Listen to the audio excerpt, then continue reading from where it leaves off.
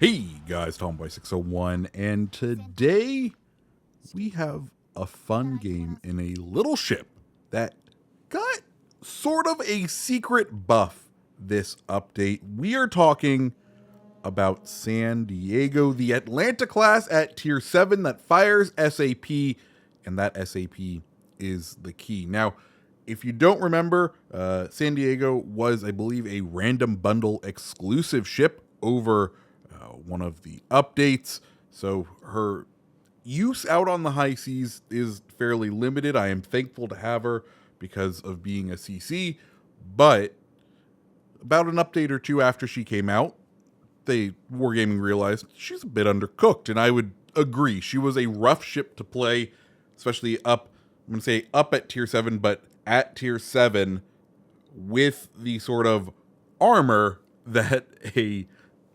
Atlanta class light cruiser is known for.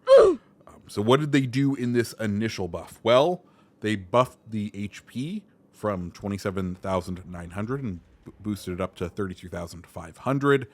Main battery SAP shell damage they increased from 1,800 to 2,300.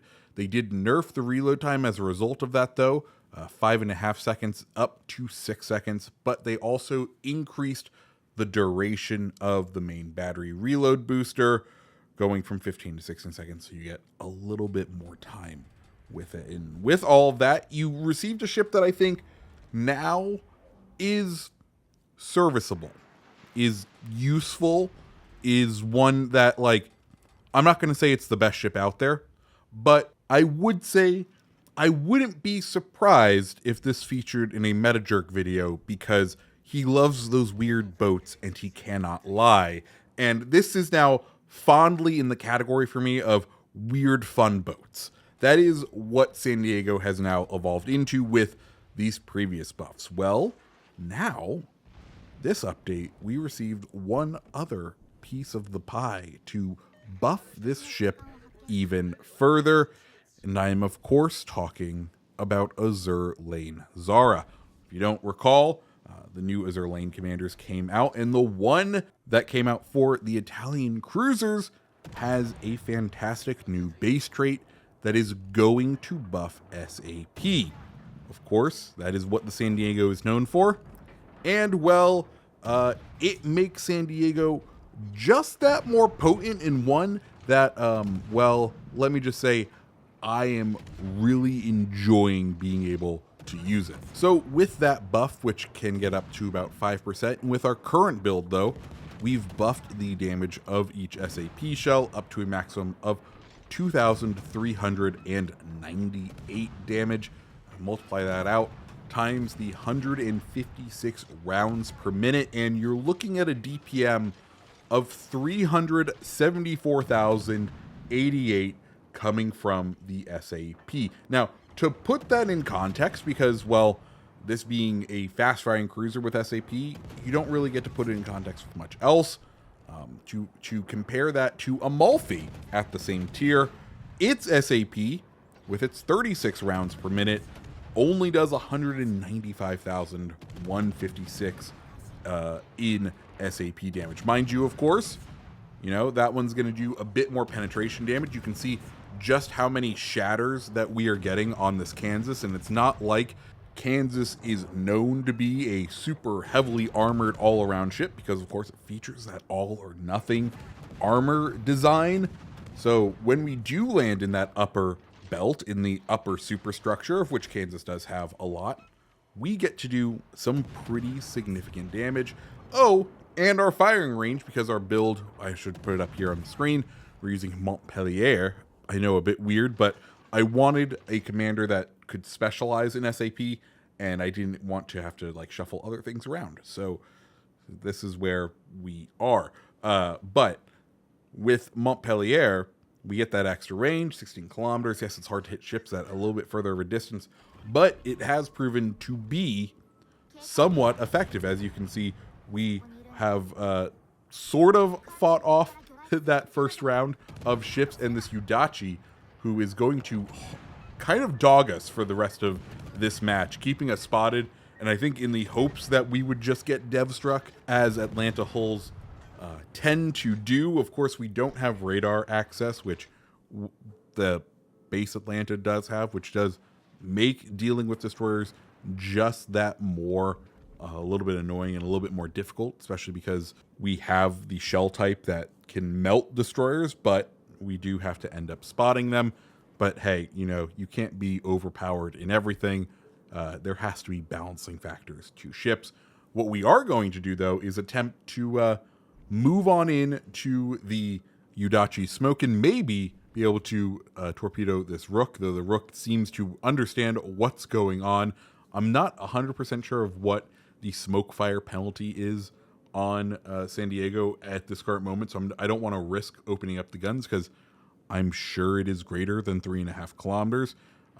And I'll be honest, I was hoping to get these torpedoes off, but as you can see, just like Atlanta and Flint and, well, not exactly the longest range torpedoes. We're going to launch them anyway, maybe to get a little bit of a scare factor. We see he opens up his guns, which means it is time for us to go in. Look at that damage. Oh boy.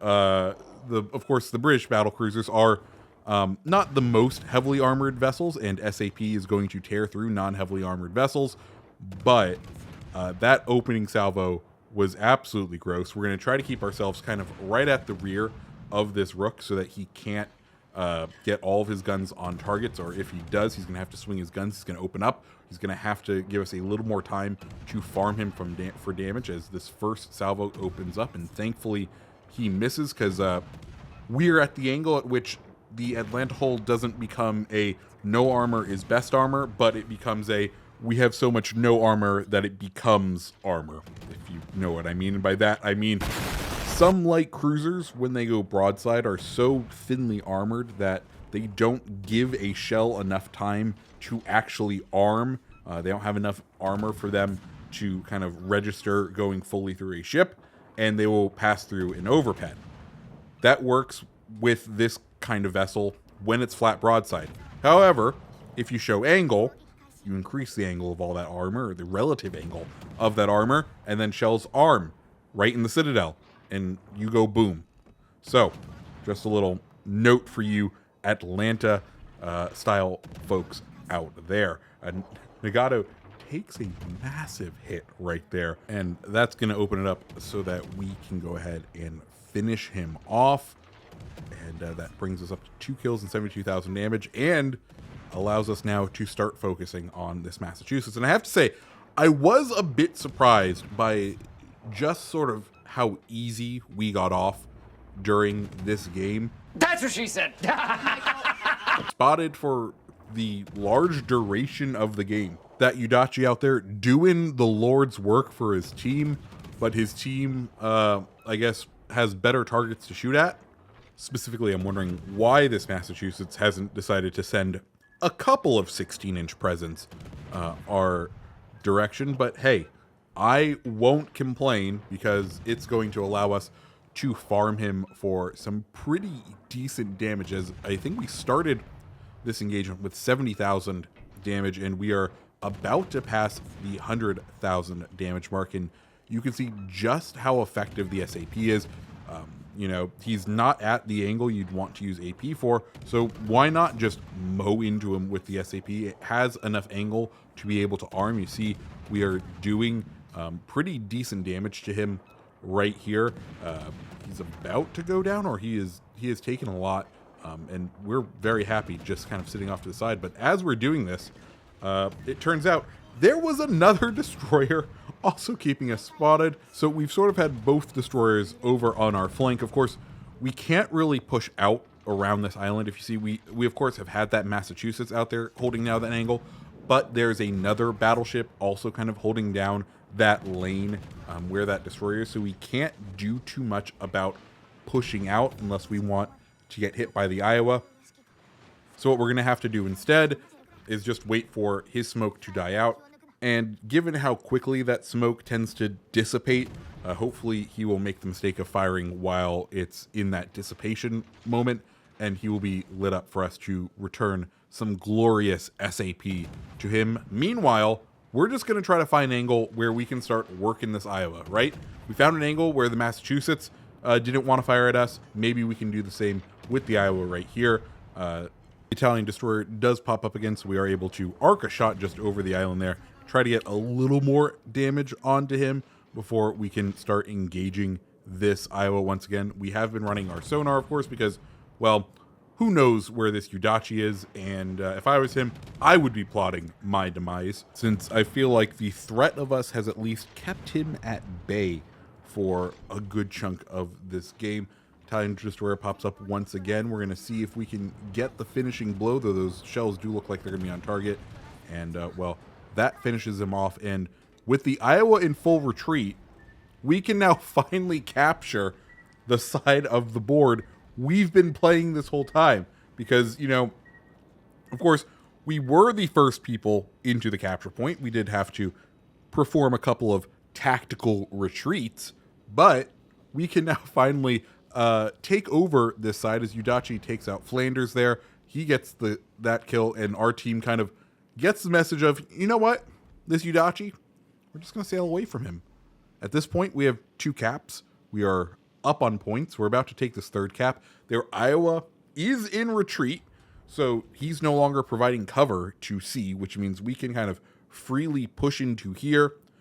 For us, our plan, we're going to come around the side of this island and then see if we can drop spot from the Yudachi. This should tell us approximately what the heading of the Yudachi is, and then maybe we can go ahead and go after him, or at least that's my hope, because close ranging with an Iowa, not going to be the most profitable thing for us, not going to be something that turns out well.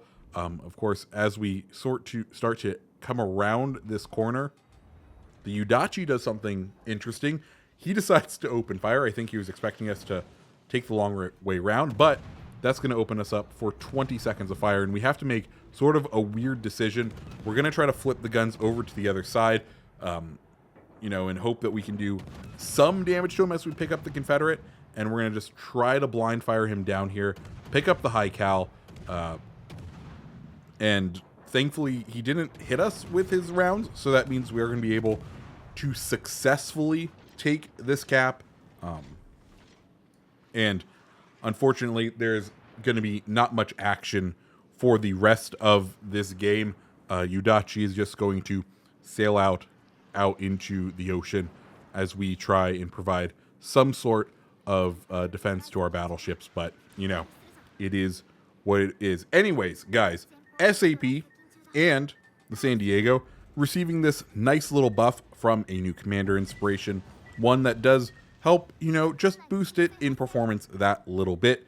If you like this video, hit the like button, hit the subscribe button, and of course, I hope you have a fantastic rest of your day.